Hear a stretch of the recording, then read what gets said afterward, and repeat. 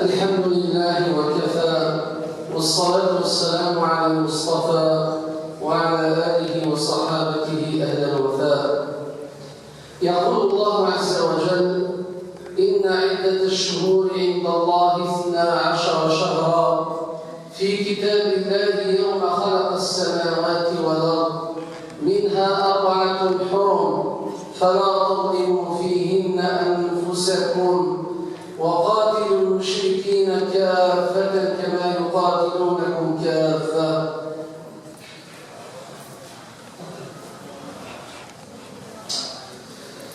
الله عز وجل في هذه الآيات بين لنا فضل وعظم أشهر الله عز وجل الحرام، فقال: إن عدة الشهور عند الله 12 شهرا في كتاب الله يوم خلق السماوات والأرض، ثم استثنى فقال: منها 4 حرم فضلها المولى تبارك وتعالى على سائر الشهور.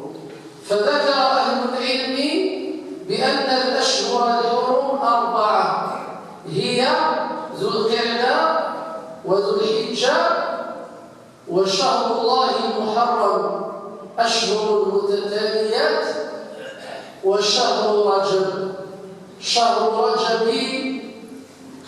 رجب الله الأصمي.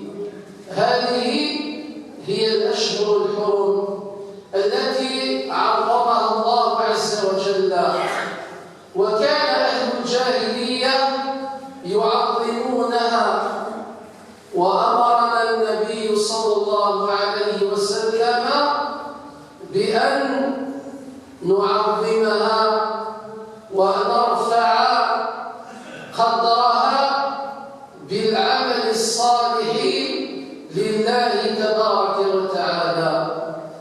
أبناء أيها المؤمنون، ربي عز وجل في القرآن العظيم ذكرت السنة الكونية بأن العام السواس يكون ربي عز وجل 16 شهر.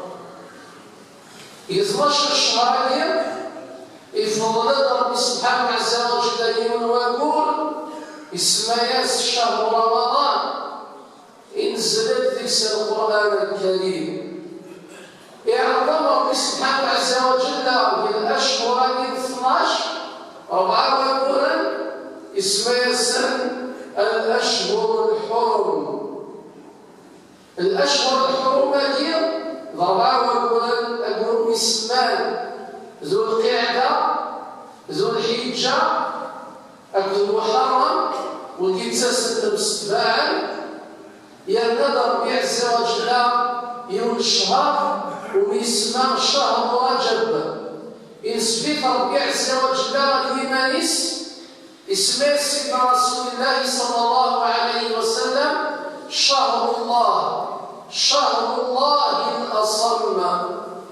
ربي عز وجل يذكر الحكمة هي الأشهر إن فلا تظلموا فيهن أنفسكم منها 4 حرم ذلك الدين القيم فلا تظلموا فيهن أنفسكم. فقال أهل العلم حينما فسروا هذه الآية بأن الحسنات والسيئات تتضاعف في هذه الأشهر الحرم. يتفسر أهل العلم المعنى أمثل الإنسان يقوم طالما لا ثالث سيتيس ذكر من شهر رجب ذكر المحرم ذو القعدة ذو الحجة. إن الذين قد علم العباد باللي الحسنات ما راه تاخذ الإنسان بقولانية الشهراء يتصاعي في ثمن ربي سبحانه عز وجل. كذلك السيئات يتصاعي في ثمن رب العالمين جل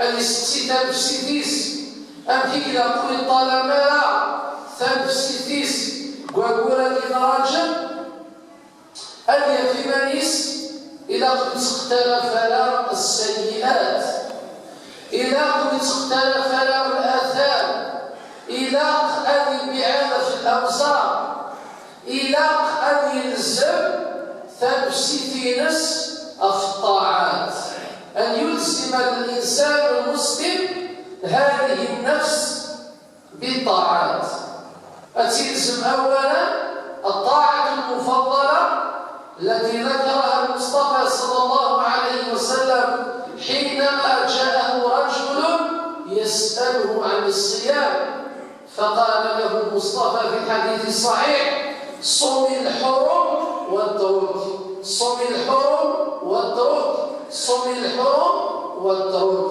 العبادة أيها الإخوة الكرام التي يكثر منها الإنسان المؤمن في هذه الأشهر وفي هذا الشهر بالذات هي عبادة الصيام. العبادة إطلاق أن يكثر الإنسان للشهرين راجل العبادة الصيام. يسأل أحد الصحابة رسول الله صلى الله عليه وسلم استفسار إن يا رسول الله أشكو السام أشكو القرآن اكتب فضلان أفنصوبة إن يا رسول الله أصوم كرام السام هي الأشهر الحرم بمعنى أصوم كرام السام يراجل السنة أول راجل أصوم كرام بعض الأيام في هذا الشهر الكريم. ونحن نعرف أيها الإخوة الكرام بأن عبادة الصيام من بين العبادات التي يجازي بها المولى عبده بنفسه.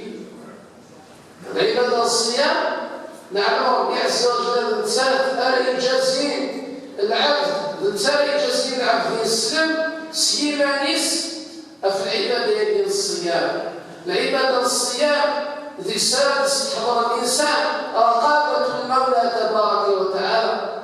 على جل هذا كي قال ربي وليستعفف الذين لا يجدون نكاحا حتى يغنيهم الله من فضله ندب النبي صلى الله عليه وسلم والفقهاء بأن يكثر الإنسان المتعبد الصيام لله عز وجل. ذلك احتار العبد باش إذا بغى يساينس العجوز ديالها غادي يتزوج كسنس الظروف يواهد ربي عز وجل الصيام يواخني غادي يتجمع غادي يكبل النزوات من الشهوات ينس سواء شانت الإنسان الصيام. لذا حينما سئل أمير المؤمنين عمر رضي الله تعالى عنه عن أحب الأعمال إليه واش قال؟ سيدنا عمر سأل شو الأعمال؟ اتوفر النور يا أمير المؤمنين وهو المبشر بالجنة من بين العشرة المبشرين بالجنة. إن سيدنا عمر شو سيدنا إن ناس ضرب بالسيف بمعنى كي يحمله الجهاد في سبيل الله. الناس وصوم بالصيف الناس كذلك من بين الأعمال يحمله يتصابر نفسيتي هذا الصوم.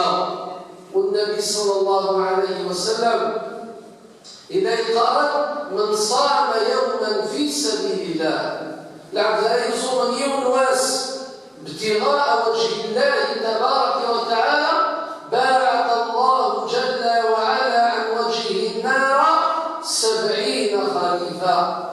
النبي صلى الله عليه وسلم الذي لا ينطق عن الهوى بما يتبين الفضل الصيام مراقبة المولى تبارك وتعالى.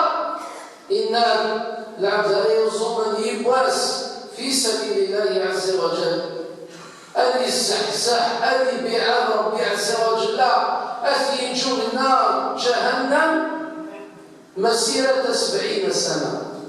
إذا العبادة الأولى على يكثر الإنسان في هذا الشهر الكريم شهر رجب هي عبادة الصيام.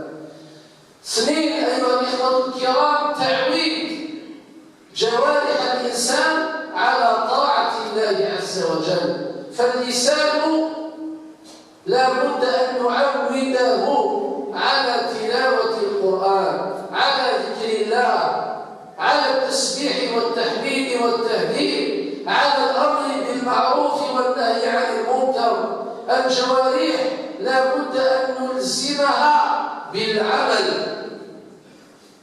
الأمر بالسن إذا قد الإنسان فمسيتي نفس أتذكر ربي عز وجل عن طريق قراءة القرآن، التسبيح، التحميد، ذكر المولى عز وجل.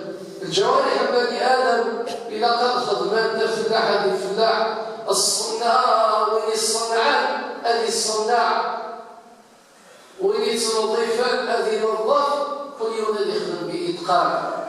كذلك الأمر بالسلافة، أن يبتعد الإنسان، أن يقل، أن يزداد ستيتيس، أن تقل في المعاصي،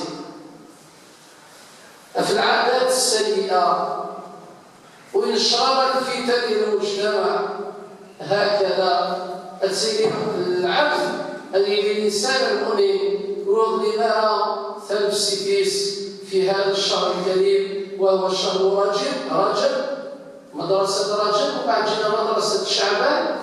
على شهرين يجينا شهر الصيام الذي نسأل المولى تبارك وتعالى أن يبلغنا رمضان، وأن يبارك لنا في رجب وشعبان كما قال صلى الله عليه وسلم: اللهم بارك لنا في رجب وشعبان وبلغنا رمضان. اللهم بارك لنا في رجب وشعبان وبلغنا رمضان. اللهم بارك لنا في رجب وشعبان وبلغنا رمضان. أقول قولي هذا وأستغفر الله لي ولكم إنه هو الغفور الرحيم. كاين بعض الناس عندهم مرضى، وكاين بعض الناس عندهم مشاكل.